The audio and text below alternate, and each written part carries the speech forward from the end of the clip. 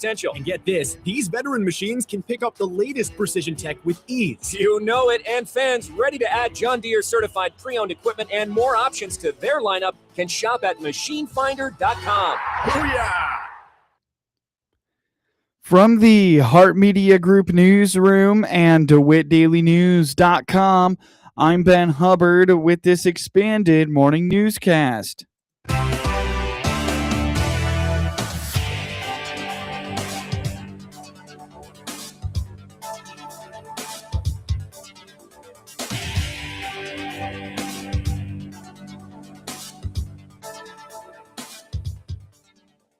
Good morning, and thanks for being with us. I'm your host today, Ben Hubbard. The news is brought to you by Baum Chevy Buick in Clinton, your Silverado headquarters, as well as Connexus, offering fiber internet in Clinton. Click their icon on DeWittDailyNews.com to find out more.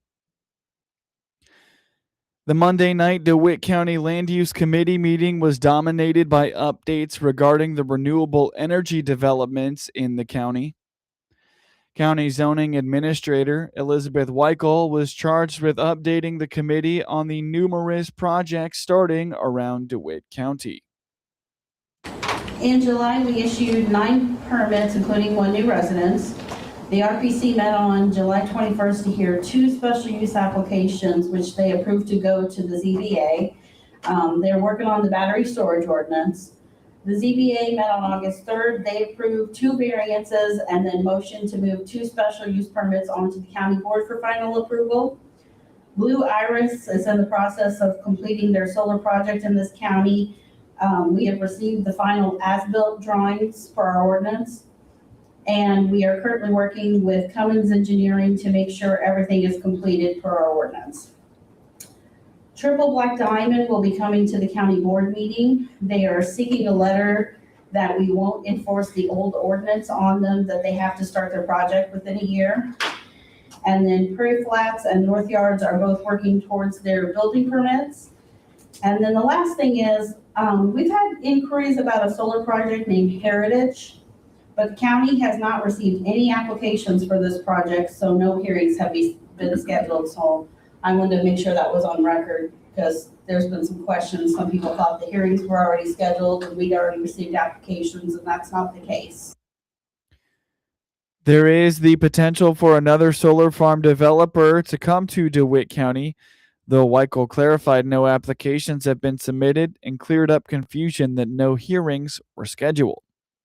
Triple Black Diamond, at the time of their signing, we had an ordinance in place that said that within a year of receiving their siting, that they had to start their construction. Since then, we have updated the ordinance because the state statute currently says we cannot put a restriction on them that is less than 5 years to start their project. So their financial backers have concerns that we're going to try to enforce the old ordinance on them and not honor the current ordinance. So they need something from the county board is what they're seeking at the next meeting that says that we won't go back and enforce an old ordinance. The Triple Black Diamond developer is seeking to be approved for its application under the current state of Illinois statutes, even though it was approved under the previous ordinances by DeWitt County. Yeah, what you're saying, they were approved under ordinance prior. Yes. To what's in effect now. So it actually applies to them. So they would have to get a. Well, the current ordinance also reads though that I think they can request an extension if I'm not mistaken. It can't be unreasonably withheld. Yeah, so, but they were approved under the prior ordinance. Right. So it's kind of like those conditions apply to them, and that's why I see that they're going to make an appeal to have that exempted, I guess. So something to be considered.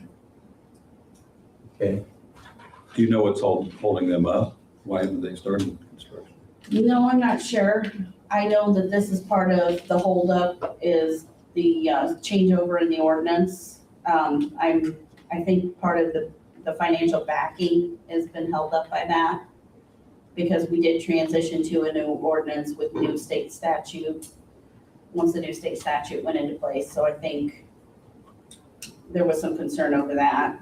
I wonder, could we have a resolution ready for county board just stating the facts that if they were approved with the old language, the statute has been updated since, and Yeah. then I guess if we pass that, it would effectively serve as their letter, otherwise, you know. Yeah, I think that's what they're looking for, is something that says that, you know, the state statute has changed, our ordinance has changed. This is going to direct State's Attorney Dan Markwell to write language for the developer to be able to develop under the current state of Illinois regulations rather than previous DeWitt County ordinances, and the county board will take it up at its monthly meeting next Thursday, August 20th. Additionally, the committee received an update on trying to make contact with Enel Green Energy representatives, as well as ongoing efforts to update the county's waste management plans. We'll have more on those discussions in the days ahead from the Hart Media Group.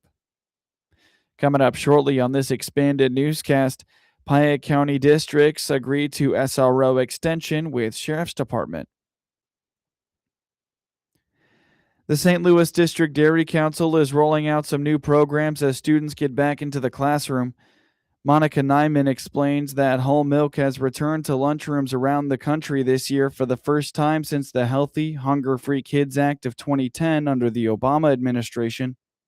In honor of this, they are offering milk tastings for cafeteria managers to see if making the switch back to whole is right for them and their students.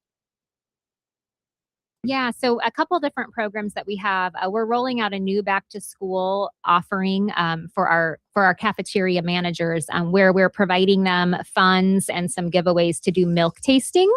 I'm not sure that if you're aware, maybe you are, but milk. I've heard of like wine tasting, beer tasting, but not milk tasting. Okay, well, in the cafeteria now, kids are able to have whole milk again. Yeah. And so that came back just, I think in January, where the Whole Milk Act, where if you're on the National School Lunch or Breakfast Program, school districts can offer whole milk as part of their meal. Mm-hmm. And so that's a huge change. I mean, I've been here for 14 years and it's always been low fat milk, I think, for many, many years before that. So that's a huge change. The dairy farmers are really excited. So we are offering milk tastings for our cafeteria managers to see if their kids like the whole milk, because if they're not getting it at home, they might not know what it tastes like. Mm-hmm. Cafeterias have not served it in years.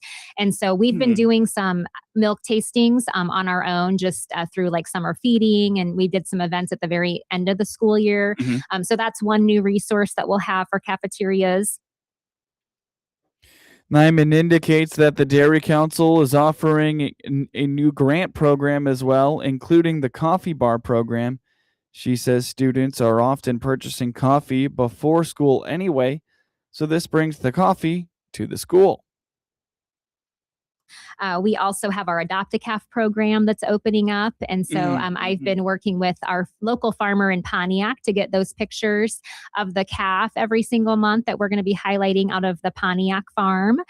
We also have a couple of new like grant programs, if you will. So we have a coffee bar program. Mm-hmm. I believe I have 3 or 4 high schools who are now going to be offering coffee, a coffee bar. And so the idea behind that is that kids are already getting coffee before they go to school, my son included.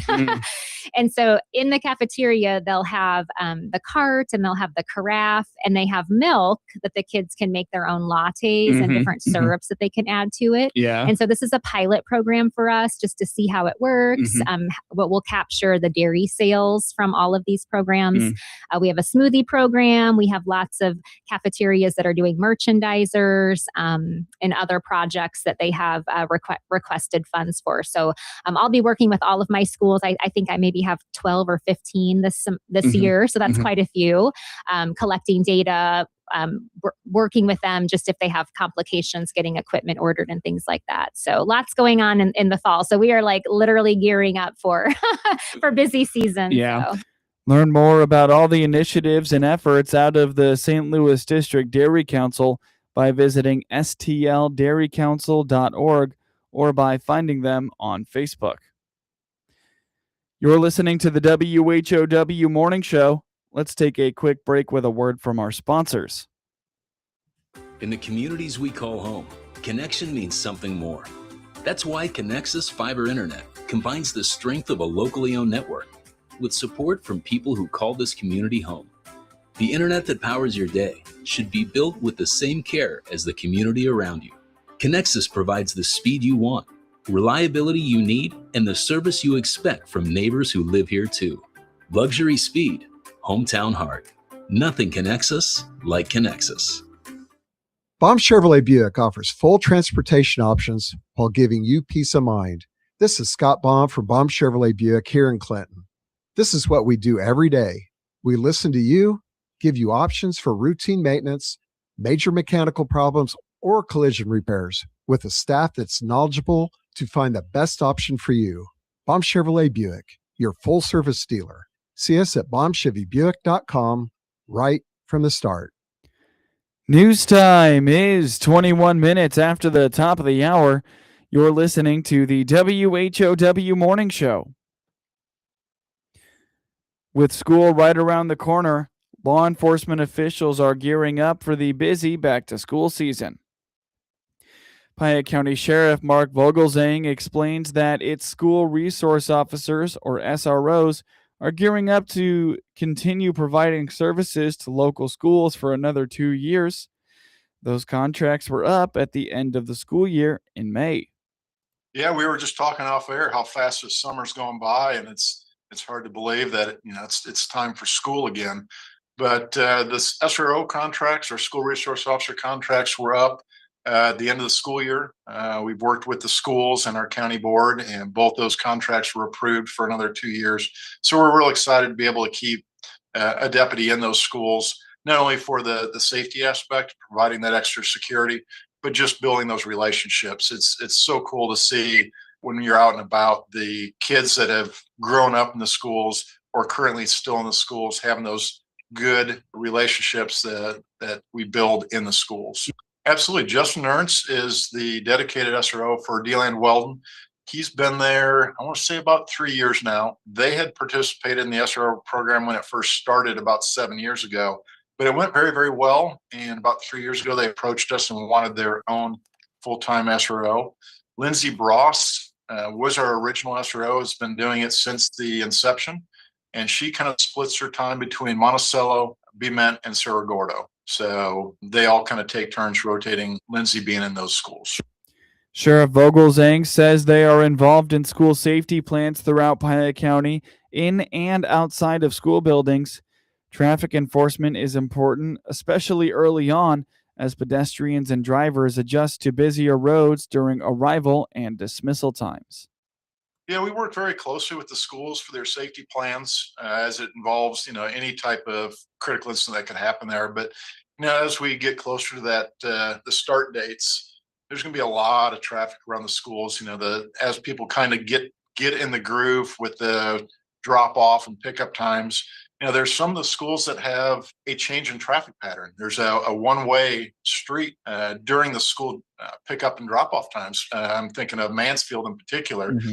And it does take some time to get the drivers used to that again with that change. A lot of increased traffic. You got your pedestrians and just the bus pickup and drop-off points, trying to watch for those safety arm violations. We want to make sure that the kids are safe as they're getting on and getting off those buses. Mm-hmm.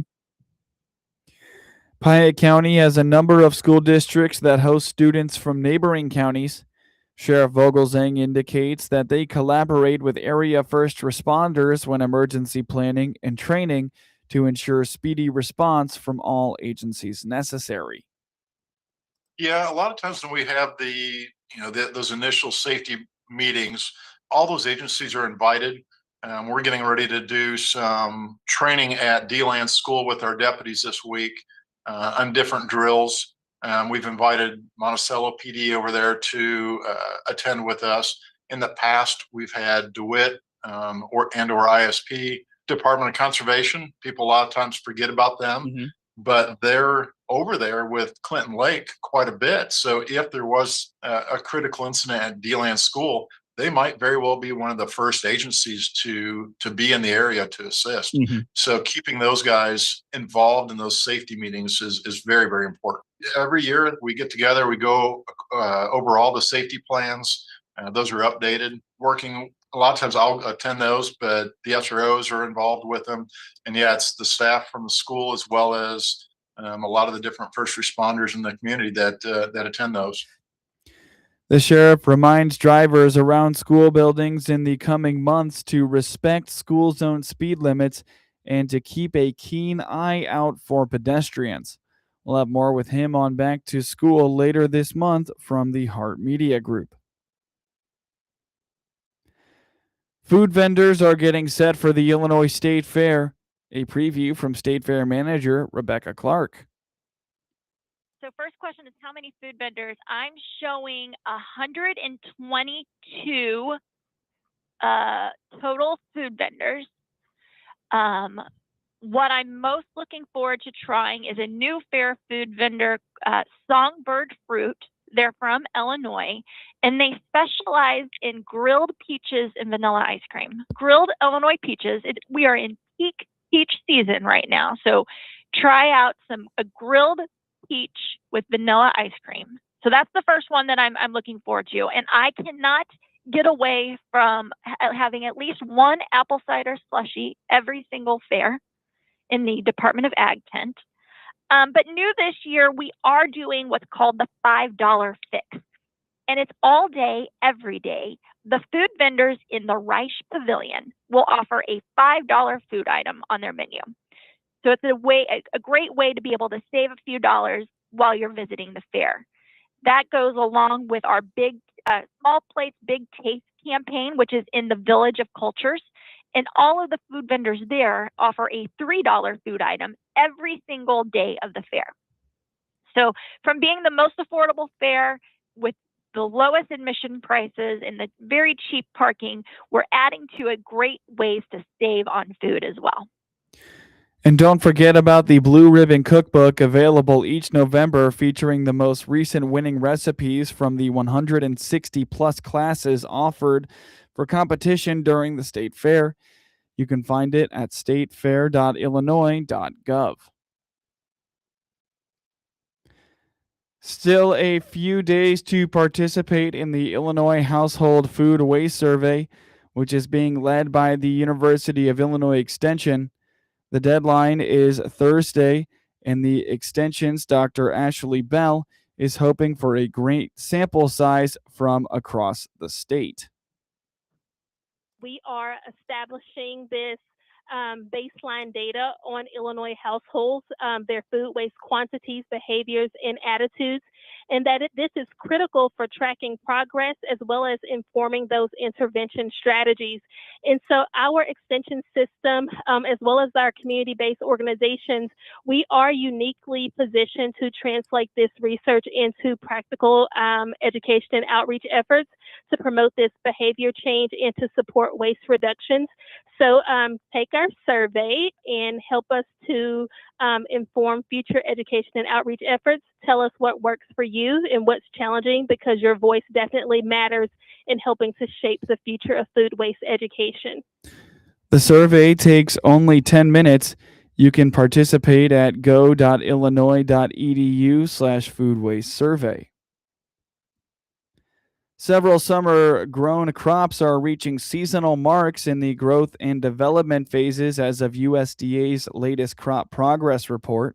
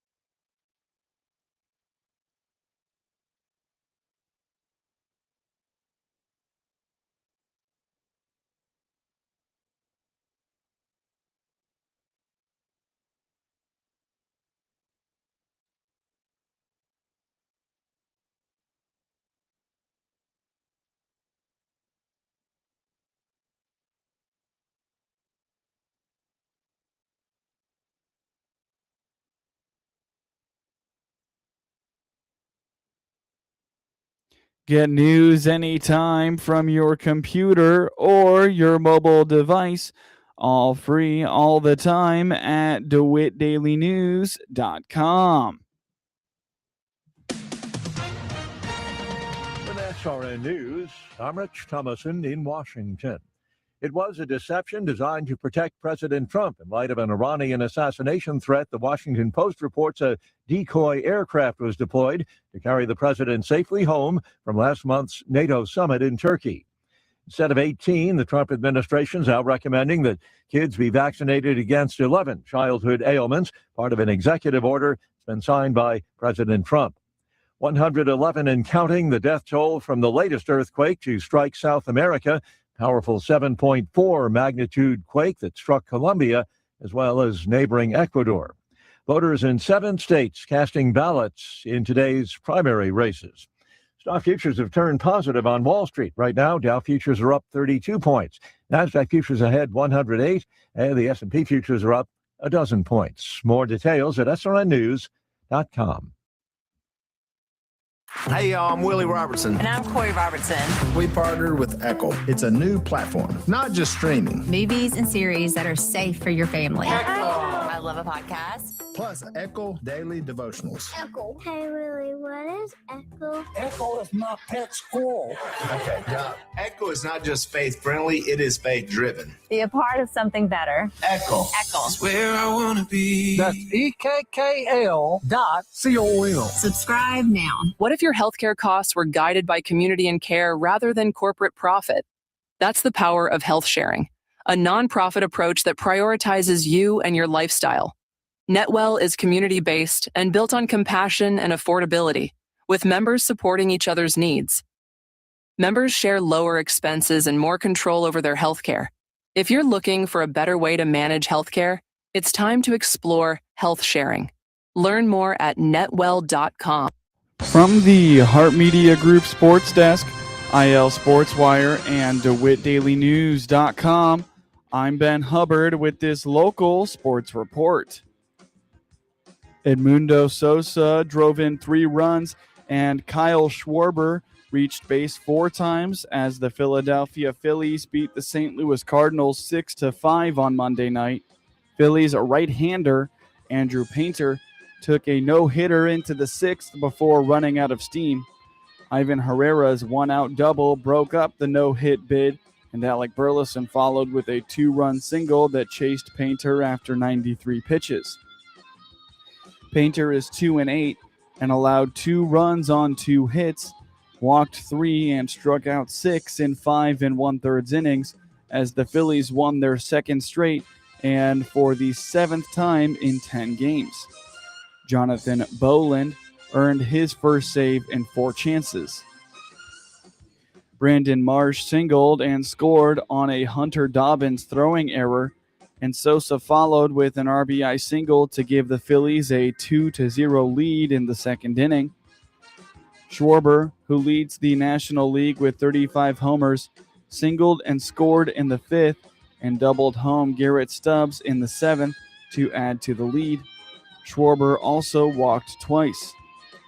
A 2-run double by Sosa in the 8th made it 6-2.